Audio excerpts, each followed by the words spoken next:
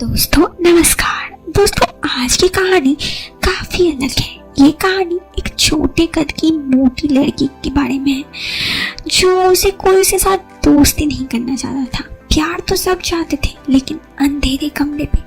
फिर क्या हुआ? काफी इंटरेस्टिंग है कहानी, आपको काफी ज्यादा पसंद आएगी।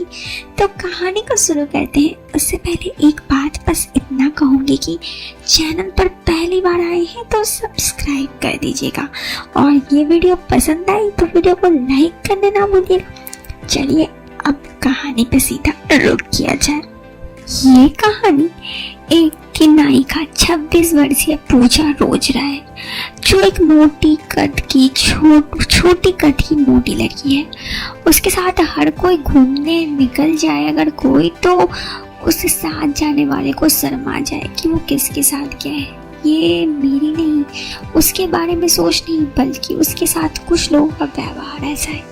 पूजा से मेरी मुलाकात मेरे इंदौर के हेड ऑफिस में हुई। पूजा यहाँ मेरी ही तरह कार्यालय सहायक है और कंप्यूटर ऑपरेटर के पद पर कार्यरत है। बस फर्क सिर्फ इतना है कि वो हेड ऑफिस में है जबकि मैं अभी ब्रांच ऑफिस में हूँ। एक औपचारिक मुलाकात के बाद हमने अपना मोबाइल नंबर एक दूसरे को दे दिया।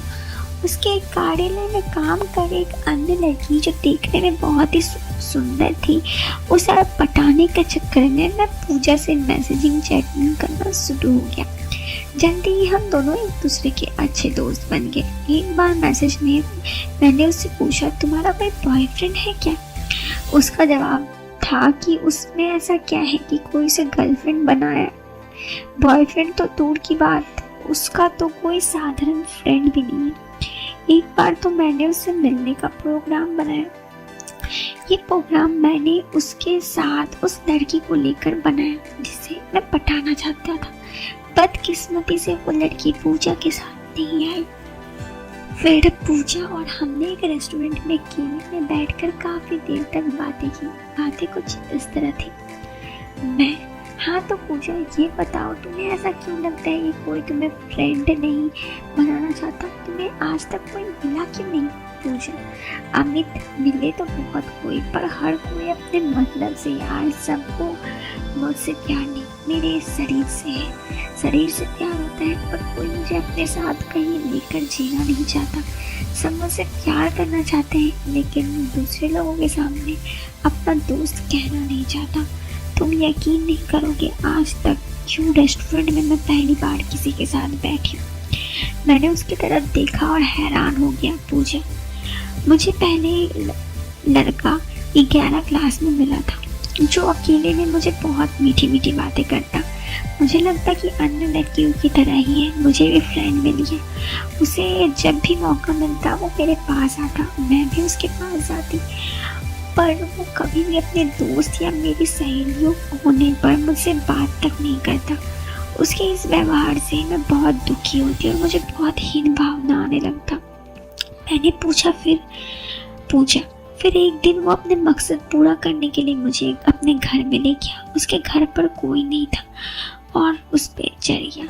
मैं उसे सुनता रहा। वो आंखें बंद करके अपने अतीत को बयां कर रही थी और उसने वो सारी बात बोली। मुझे बहुत बुरा लगा।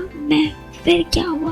पूजा, मेरे ज़्यादा बोलने पर मुझे डांट दिया और कहा कि क्या होगा। जब मुझे बहुत बुरा लगा मैं वहाँ से निकल आई क्योंकि वो मुझसे प्यार नहीं करता था। उसके मुंह से ये सब सुनकर मैंने पूजा से कहा, कभी कभी गलत इंसान मिल जाते हैं, मैं हमेशा ऐसा नहीं होता। इस पर पूजा बोली, अमित उसके बाद भी सुनो, उसने अपने स्कूल के दोस्तों के बीच मुझे बदनाम कर दिया। अब स्कूल के हर लड़के मुझसे बदतमीजी करते। एक दो लड़कों को मैंने मौका दिया पर वो जब मुझे अकेले में बात तो करते पर मुझे एक दोस्त का सम्मान कभी न देते। मतलब तुमको कोई सच्चा आशिक नहीं मिला? पूजा, हाँ, मेरे समाज में एक लड़की ने मुझे बहला फुसला कर एक बार बहुत ही ज़्यादा प्यार करने की कोशिश की, लेकिन जब मैं उसे शादी के बारे में बोला तो वो मुझसे पल्ला झाड़ने लगा।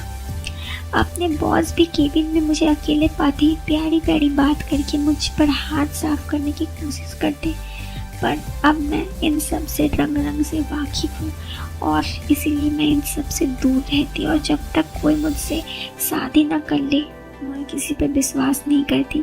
पर मुझे एक इंसान समझे, दोस्त समझे, खिलौना नहीं।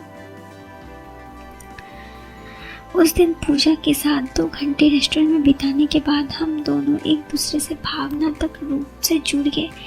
अब पूजा हर छोटी से छोटी बातें मुझसे बताने लगी। उसके घर में आज क्या नया हुआ है, उसने क्या खाना खाया, उसने दिन भर क्या किया, उसके साथ किसने क्या किया और यहाँ तक कि उसके साथ क्या हुआ सब मुझे बता दी। और तो और मुझे वो सारी बातें बताते बताते मैं उसके साथ भी सारी बातें बताता। वो ये सब बताने में कोई भी परहेज नहीं करती। जब भी मौका मिलता हम दोनों घंटे बातें करते। एक दिन यूं ही बीत गया। बात करते करते फिल्म देखने का प्रोग्राम बन गया। पूजा और हम छुट्टी वाले दिन एक मॉल में फिल्म देखने पहुंचे। हम दोनों एक कॉर्नर की सीट ले लिए थे फिल्म देखने जाने के लिए। अंदर जाते समय पूजा ने मेरा हाथ पकड़ लिया था। वो बहुत ही खुश नजर आ रही थी। उसे मॉल में फिल्म देखना बहुत ही कम लोग आए थे क्योंकि ये फिल्म को लगे 2 हफ्ते हो चुके थे, इसलिए नाम मात्र के लोग ही फिल्म देखने आए थे। जो लोग आए थे ज़्यादातर फिल्म देखने वाले नवयुवक कपल्स ही थे। हमारे सामने बैठे एक कपल था जो एक दूसरे के साथ हाथ पकड़ा हुआ था। कुछ फिल्म बीत जाने के बाद मैंने पूजा को बोला कि मैं तुम्हारे गले पे हाथ रख लूं। इस पर पूजा ने बोला इस पर तुम्हें पूछने की आवश्यक है। हम दोनों एक दूसरे को काफ़ी करीब आ रहे थे और बहुत ज़्यादा यार गर्म गर्म हवाएं बह रही थी। फिर उसके बाद कुछ देर ऐसे ही होने के बाद अचानक से फिल्म थिएटर की लाइट जल गई। इंटरवल हुआ। हम दोनों अलग हुए, कपड़े सही किए और फिर फिल्म देखने लगे। उसके बाद में फिल्म देख कर आकर मैं बहुत सैड था क्योंकि दोस्तों मैं घर जाकर बस यही सोच रहा कि मैंने भी तो उसके साथ वैसा ही किया जो उसके साथ सब करते हैं। मुझे अपने आप पे गालिन महसूस होने लगा। पर जब उसका कॉल आया तो वो बहुत चहक रही थी। वो बोली अमित ये मेरे ज़िंदगी का सबसे यादगार दिन बन गया।